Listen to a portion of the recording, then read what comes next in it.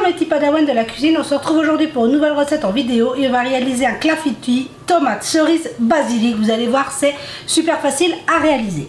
Pour commencer notre recette, nous avons besoin de 4 œufs entiers auxquels j'ajoute 25 centilitres de lait entier écrémé végétal. Faites-vous plaisir et on fouette pour bien mélanger nos œufs à notre lait.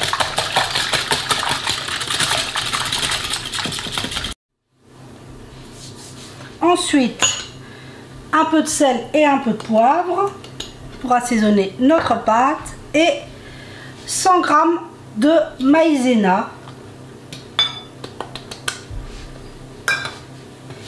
Et maintenant, il suffit de mélanger pour obtenir une pâte bien lisse. Donc, je fais ça et on se retrouve. Et voilà, on se retrouve. Ma pâte est parfaitement lisse. Si vous avez peur d'avoir des petits grumeaux, passez-y un coup de mixeur plongeant pour être sûr.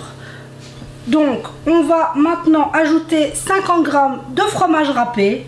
Ajoutez le fromage râpé que vous voulez, de la mozzarella, du parmesan, du comté, du gruyère, de l'emmental, du chèvre, pourquoi pas.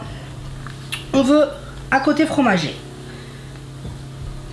Et vu que je vous ai dit tomate cerise, basilic, du basilic, ici j'ai du basilic vert et du basilic pourpre. Allez, des belles grosses feuilles, une bonne 10-15 feuilles. Moi j'adore beaucoup le basilic, c'est une de mes herbes.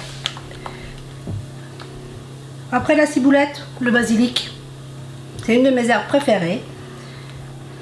Donc notre base à clafoutis est déjà prête. Qu'est-ce qu'il nous reste à faire? Donc je vais préparer mon plat et on se retrouve. J'ai donc beurré un plat à gratin, appelant à la au four, et on va couler notre appareil dans notre plat. Et maintenant, qu'est-ce qu'il nous reste à faire? Ajouter des tomates cerises. J'ai environ 350 g de tomates cerises qu'on va venir ajouter dans notre préparation.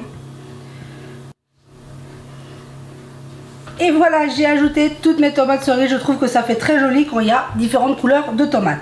Donc là maintenant c'est parti pour la cuisson. J'ai préchauffé mon four à 160 degrés et on est parti pour environ 40 minutes. Et on se retrouve tout à l'heure une fois que notre clafoutis sera cuit. Et voilà mon clafoutis au bout des 40 minutes de cuisson. Maintenant on va le laisser 10 minutes avant de pouvoir le déguster. Et voilà, on se retrouve, on voit que le clafoutis a refroidi et qu'on peut facilement maintenant le sortir de son plat.